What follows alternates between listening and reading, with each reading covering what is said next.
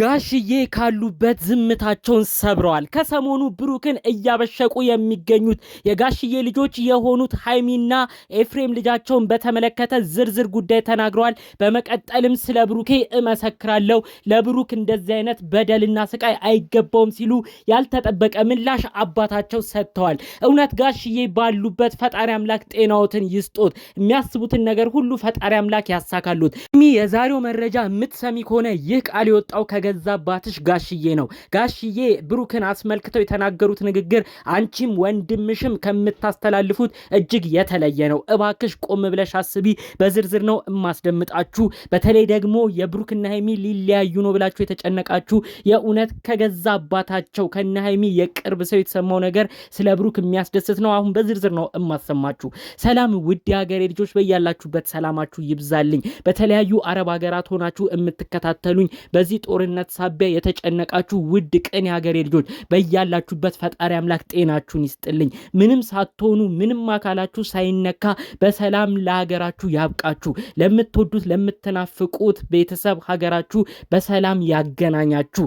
ምርቃቴን አሜን ብላችሁ ተቀበሉ። እንዲሁም ምርቃቴን እንደተለመደው የሚመቸው ሰው አሁኑኑ ቪዲዮን ላይክ ያድርግ። ለቤቴ ደግሞ አዲስ ይሆናችኋላችሁ እባካችሁ ሰብስክራይብ አድርጋችሁ የኔም ቤተሰብ ሁኑኝ እላችኋለሁ። በአክብሮት በፍቅር ነው የምጠይቃችሁ። ቀጥታ ይዤ ወደ መጣሁት ዝርዝር መረጃዎቼ ነው እማመራው። ከሰሞኑ እንግዲህ የጋሽዬ ልጆች ምን ላይ እንዳሉ ለማሰብ በጣም ይከብዳል። በዛ በኩል አብርሽና ሩታ ጦርነት ላይ ናቸው። በዚህ በኩል ደግሞ ሃይሚና ብሩክ ራሱ በጣም ብዙ ኦዲየንስ እየተናደደባቸው ነው። እንግዲህ ያው ከሰሞኑ ያሉበት ነገር እያንዳንዱን ተመልክታችሁታል። እዚህ ጋር ደጋግሜ አላሰለቻችሁም። በስተመጨረሻ ያጣላቸውና ብሩክ ራሱ የእናቱን ስም እየጠራ እኔ ከእንግዲህ ሃይሚ አልፈልግሽም እያለ ጉዳዩ በተካረረ መልኩ በሃይሚ ተስፋ እንዲቆርጥ ያደረገው አንድ ዋነኛ ነጥብ አለ።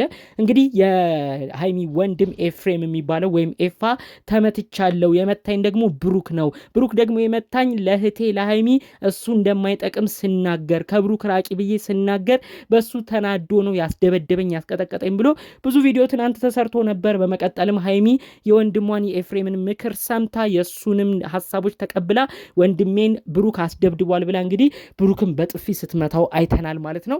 ታዲያ በጥፊ ከመታችሁ በኋላ እኔ ብሩክ ከምጠብቀው በላይ ነው ዛሬ ሲናገር የነበረው። እኔ እንደዚህም ይናገራል ብዬ አላሰብኩም። ልብ ብላችሁ የሰማችሁ ሰዎች ሁለት ጊዜ ምሏል። አንዴ እግዚአብሔርን እናንተ በቃ አሁን አበዛችሁት ብሎ ሲምል አይቼዋለሁ።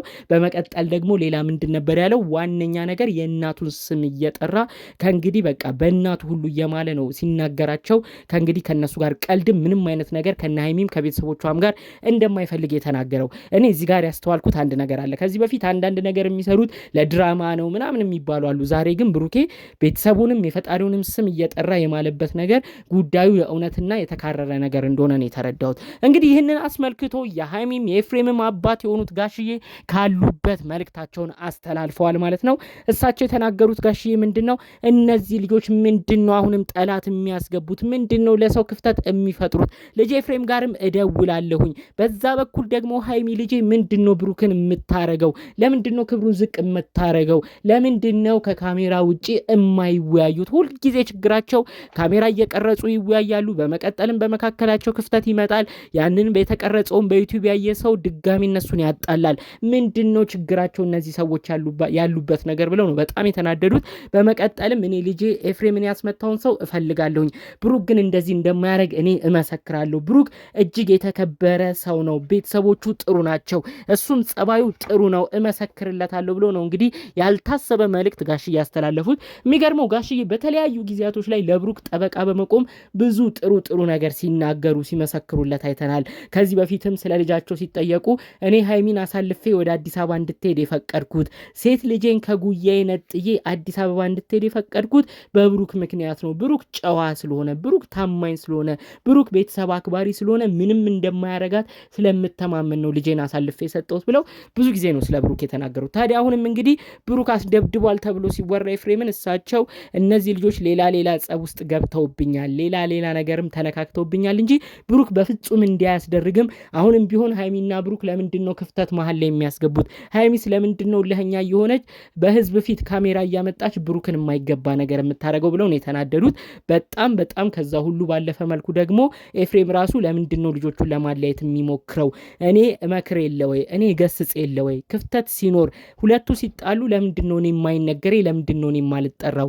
እሱ የነሱ ታናሽ ሆኖ የነሱ እኩያ ሆኖ የሚያመጣው ሐሳብ ጭራሽ ነው ልጆቹን እየለያየ የሚገኘው ብለው እንግዲህ በልጃቸው ኤፍሬምም በሽቀዋል ማለት ነው። የሚገርመው ጋሽዬ ይህንን ሐሳባቸውን እኔ ሚዲያ ላይ መውጣት አልፈልግም ብለው ነው በውስጥ የደረሰ መረጃ የሚያሳየው። አሁን ጋሽዬ በጣም ብዙ ነገር ሚዲያ ላይ እየወጣ ይሄ ቤተሰብ ድጋሜ ጭቅጭቅ ውስጥ መግባቱ እንዳሰለቻቸው ከዛ ባለፈ መልኩ ግን በውስጥ ሆኖ የሚፈቱ ችግሮች ሁሌም ውጤታማ እንደሚሆንም ነው በዚሁ ጠቆም አድርገው ያለፉት። ታዲያ ዛሬ በጣም የተናደዱት ሀይሚ እንደዚህ መነጋገር በውስጥ መፍታት ሲችሉ ካሜራ ደቅና ጭራሽ ብሩክን ለምንድን ነው የመታችሁ? ብሩክም እልህ ተጋብቶ ጭራሽ እየማለ ሲናገር አይቼዋለሁ። በድጋሚ እነዚህ ልጆች ሊጣሉ ነው ወይ ብለው ነው በጣም ተናደው የተናገሩት። እኔ በጣም ብሩክ ከሚገርመኝ ነገር እድለኛ የሆነ ግለሰብ ነው። ሀይሚ ብዙ ነገር ብታበሳጨውም ወንድሟም አሁን እየመጣ የማይሆን ነገር ላይ እየተሳተፈ ቢያናድደውም የቅርብ ሰው የሀይሚ የቅርብ አባቷ ጋሽዬ ግን ሁልጊዜም ለብሩኬ ዋስ ጠበቃ ናቸው። እውነት ብሩክ እድለኛ ሰው ነህ። እንኳን አሁን እንደዚህ ተወርቶብህ ልጅውን እንደዚህ ያስመትታል ተብለ ሳይሆን ሌላ እንኳን ሲወራብህ ጋሽዬ ለአንተ ጠበቃ ናቸው። እባክህ ጋሽዬን እንዳታሳፍራቸው፣ ጋሽዬን እባክህ ክብራቸውን ዝቅ እንዳታረገው፣ ለሳቸው ስትል ሁሉንም ነገር ለመቻል ሞክር። ምንም ቢሆን የሚያከብሩ ሁልጊዜ የሚከራከሩልህ ምርጥ አባት እንዳሉ እሱን እንዳትረሳ። ከ3-4 ወራት በፊት ራሱ አስረግዟል ብሩክ እየተባለ ብዙ ሲወራ ሀይሚ ብዙ ነገር ስታኮርፍ የሷ የቅርብ ሰዎች ብዙ ነገር ሲናገሩት፣ ጋሽዬ ግን ብዙ ነገር በበሰለ መልኩ ለዚህ ልጅ እኔ ቃሌን እሰጣለሁ፣ ለዚህ ልጅ እኔ እመሰክራለሁ፣ ልጁ ጨዋ ልጅ ነው አታሳቁት እያሉ ብዙ መልካም ነገር ሲናገሩ የነበሩ ግለሰብ ናቸው። ስለዚህ እባክህ ብሩክ ይሄም አንድ ተስፋ የሚሰጥ ነገር ነው። በሌላ በኩል ሀይሚም ረፊ እንደዚህ አይነት ነገር ሚዲያ አስሩንም ሞተሽ አትናገሪ፣ ልጁም እንደዚህ ብሩክም እንደዚህ አያስመታም፣ እኔ ልጄን የመታብኝን ሰው አፈላልጋለሁ፣ በደመ ነፍስ ግን ብሩክን አታሳቂ ብለው እንግዲህ አባትሽ የገዛ አባትሽ ራሱ ተቆጥተውሻል ማለት ነው። ስለዚህ ኤፍሬምም የደረሰ መልእክትና ማስጠንቀቂያ ያለ በእነዚህ ልጆች መካከል እኔ ትልቅ ሰው ብገባ ይሻልሃል ብለውሃል የገዛ አባትህ። ስለዚህ አንተ ገና ምንም በእድሜ ያልበሰልክ ልጅ በእነዚህ ልጆች መካከል እየገባ ጭራሽ እንዲራራቁ አታድርግ። ነገ እነዚህ ልጆች አንድ ላይ ገጥመው ቤተሰብ ይመሰርታሉ፣ አንድ ላይ ልጅ ይወልዳሉ፣ ቤተሰብም ይመጣል። ያኔ የምታፍርበትን ነገር ምን ነው ባልተናገርኩ ነው የብሩክን ክብር ዝቅ ባላደረግኩ ብለህ የምትቆጭበት የምትጸጸትበትን ነገር አታድርግ። እባክህ ኤፍሬም ያለህበት ነገር ስህተት ነው። ለእህትህ ጠበቃ ሆነህ መምጣት የሚያስከፋ ነገር የለውም። ከዛ ባለፈ መልክ ግን የማይሆን ቃላቶች እየተናገርክ ከዛ ባለፈ መልክ ጭራሽ ደግሞ ማን እንዳስደበደበ በቅጡ እንኳን ሳታቀው ለድራማ ይሁን ለምን አይታወቅም ራስህ ተመትቻለሁ ብለህ መተህ ከዛ አልፈ ያስመታኝ ብሩክ ነው ብለህ ጭራሽ ሀይሚና ብሩክ እንዲጣሉ ሀይሚን በሁኔታው ተናዳ ብሩክን እንድትመታው ሆኗል። ብሩክም እልሁ መጥቶበት ከእንግዲህ እናንተ ቤተሰቦች አታስፈልጉኝም ብሎ እንዲናገር ሆኗል። ስለዚህ ለዚህ ሁሉ ደግሞ መነሻ ጭራሽ እየሆንክ ያለው አንተ ነህ። እባክህ የአባትህን ምክር ስማ ለማለት ነው የምፈልገው።